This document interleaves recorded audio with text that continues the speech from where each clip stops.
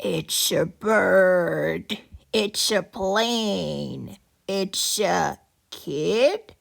Hello, folks. Welcome back to our channel. This is your friendly neighborhood Goosebumps boy, back with another Goosebumps book review, and this time I'm going to be doing it on number 52, How I Learned to Fly. I always wanted to know how to fly. I always wanted to learn about it. So finally, maybe today's the day in which I'm finally going to be able to know how to fly. Basically, those were my very thoughts when I was first introduced to this book. It always kind of intrigued me in a way. Like the front cover looks pretty amusing and pretty funny for a Goosebumps book cover, I gotta admit. There's nothing too scary about it. It's just about some people's legs and feet.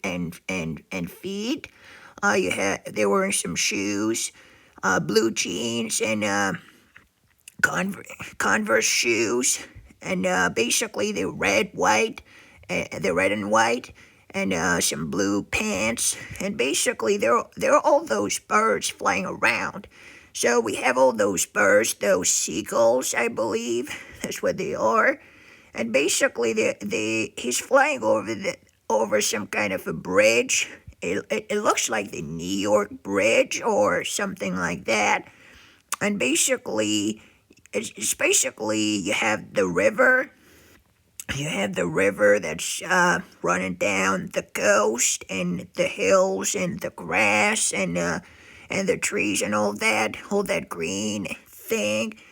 And basically, the sky looks purple and orange, as if the sun is setting or rising, for that matter. We don't know.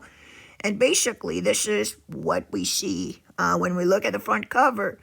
Pretty good front cover, I gotta admit. Those birds look kind of scary amidst the picture, which is kind of the only Goosebumps related thing, the only scary thing about this book. And basically, the orange letters, or is that maroon? It looks maroon. The letters, the cover, or brown for that matter. Basically, they're kind of framing this image, this picture, this front cover. And I believe Tim Jacobus did a pretty good job, not giving too much away, but at the same time, I think the point of this book was to make you want to know about what it is about. So basically, what is this book about? Let's get into it straight away. So basically, we have our main character, and his name is Jack Johnson. And basically, Jack Johnson is constantly being kind of bullied by Wilson Schlam. And basically, it's not really bullying. It's more like a one-upmanship kind of thing. It's basically he keeps trying to one him up. That's the term, I believe. Michael Goosebumps mentioned that on his channel, so I'm not taking credit for that or anything. But basically, there's that competition going around between these two. And basically what happens is that they're always competing to, for example, I believe, get the best grades. For example, if Michael, or not Michael, what am I saying? Or Jack, rather. For example, let's say Jack gets a good grade, like an A, or something like that, maybe an A. Wilson will get an A plus. Basically, this is how it goes. It's this never-ending competition kind of thing, and basically, they're both kind of in love with that girl. Her name is Mia Montez, and basically, Mia is a nice girl, and she's pretty. She's pretty as well. And basically, yeah, Jack would like to impress her one day, and basically end up with her. Kind of like a movie in a way, like when you had the hero who's constantly trying to impress the woman he loves. This is basically how it goes. And basically, they're in Malibu, and they're attending Malibu Middle School, and basically So yeah, Jack is gonna try his level best to be the best. And basically, Jack is, according to the Goosebumps website, I quote, an aspiring cartoonist, loves drawing superheroes. He plans on showing his latest creation, the Incredible Laser Man, to Mia. And basically, yeah, this is kind of how it goes.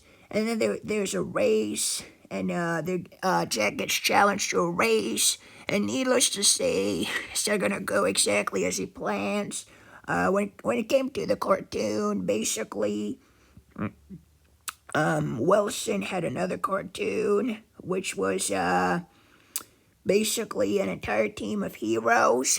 Basically, he showed it to Mia before Jack, and basically Jack is going to be constantly trying to get out of Wilson's shadow, try to show to Mia that he's better than him, then that he can do better at whatever it is they're doing. So basically, this is that kind of a setting for a book, right? And basically, to cut it short, on a Saturday, what happens is Mia's gonna have that party, and they're all gonna go, a lot of people from school, and basically, they're gonna play Twister at some point. Jack is gonna basically play with them, but what happens is that it's not gonna go exactly as planned. I don't want to spoil the book or anything, but basically, Jack is gonna end up running away. I believe Wilson was there too, and Jack gets his whole plans get ruined, and he has to leave the house. And basically, what happens is that he ends up running off, and he's gonna find about basically a big house, if I'm not mistaken. What happens is that he's gonna come across this abandoned house. This abandoned house that is near the beach, if I'm not mistaken, not too far away from the beach. I believe there's some kind of a fence thing, if I'm not mistaken, and it's kind of run down. It's kind of run down, like it's kind of all broken and stuff. And basically, he decides to go check it out. And what happens is, as he's exploring the house, he's gonna find about this book, a Flying Lessons book. Flying Lessons is how is the title of the book. And basically, what happens is there's gonna be a spooky scene with rats. And I'm telling you, I hate rats, so that scene was pretty hard to read through. And basically, these rats are gonna try to attack him, and Jack is gonna be forced to leave the house, and he's gonna make it home, and he's gonna start to basically experiment, so to speak, with this book of his. And now he really has something he could use to impress the woman of his dreams, Mia. To impress her, finally, he's able to. Maybe he's gonna find out about the thing that will really make her fall in love with him, head over heels. So basically, Jack is gonna. There's some kind of a recipe that he has to prepare, and so basically, that's kind of a potion thing. So Jack has to come up with the ingredients, I believe, like the ingredients, and he's gonna try to follow the instructions as best as he can in order not to make anything go kaboom. And basically, Jack has a dog. I forgot about his name. Maybe I can find it somewhere in here. But basically, his dog is gonna become kind of his guinea pig, like the innocent animal, the lab rat that can be experienced on. And basically, there are gonna be a few funny scenes, involving his dog, and I believe that's pretty much it. What was this? What was the dog's name? I completely forgot about this. About his name. But basically, yeah, the dog is gonna get into some trouble of his own, and to cut it short, I believe I have to tell you about what this book is about. So basically, Jack is gonna be able to fly, obviously, but some things are gonna happen, and some other things are gonna lead to other things, and then basically Jack is gonna end up competing for something else. I'm not gonna tell you what. I'll let you find out for yourselves. So basically, this is pretty much how the book goes. How I Learned to Fly. What was it about? Was it good? You'd expect it to be some kind of an instruction book, some kind of an instruction manual to help you fly. How I Learned to Fly. Somebody tells you about how he learned how to fly. Like a little bit, like the title is a little bit similar to Why I'm Afraid of Bees, number 17. And this book, what could be said about it? Well, a lot of people from the community have spoken about this book, namely Goosebumps Completionist, who's doing such great work on his channel. I believe he reviewed the book. I'm pretty sure he did review it. And check it out, Goosebumps Completionist. Awesome work. And basically, he was telling us how much I believe he really liked it. And I gotta admit, I agree with him. This book was pretty good. It was pretty great. Now, it's not really scary, though. It's more like an adventure kind of book, kind of novel. But you can probably guess from the title, it's not going to be a scary book. There are like two scary scenes in this book, in my opinion. The rat scene in the old house. Like, the build-up was interesting. It was kind of... The tension was pretty well written, well used. Like it gets tense. It's tense at some point, yes. And basically, there's another scene in which basically Jack is going to be flying, and there's going to be a scene involving the sun, like yes, the sun, like SUN, the actual sun. And basically, that scene was pretty scary as well, in my opinion. You don't have to agree with me on all this. I hate rats and so on. So these scenes in particular were scary for me. But if they were not scary for you, if they were not even spooky, it's up to the readers to decide what they think, what they think is scary, about this book. But overall, it was a good book, and the beginning was interesting. The way the story plays out was good, and then we get the final twist. So the final twist, basically, the final twist, the final scene was pretty interesting, to be honest with you, and it was pretty good. I liked it. It was pretty interesting how it ended, on some, not really on a cliffhanger, more like a happy ending kind of thing, but I'm not gonna, tell you what it is. I'll let you find out for yourselves, but really interesting. Now, the characters were good. I love the characters. I loved the character of Jack. The character of Jack was good. Mia was good. Wilson, even though he was kind of competing one-on-one with Jack throughout the whole book, I gotta admit he was okay. He's not like a mean-spirited bully, just for the sake of being one. He's more like, he's kind of messing up with Jack in a way. He just wants to, basically, how kids are. They're very competitive. He just wants to prove his worth in a way, and that he can do things, too. He can do some things of his own, that he's not just a,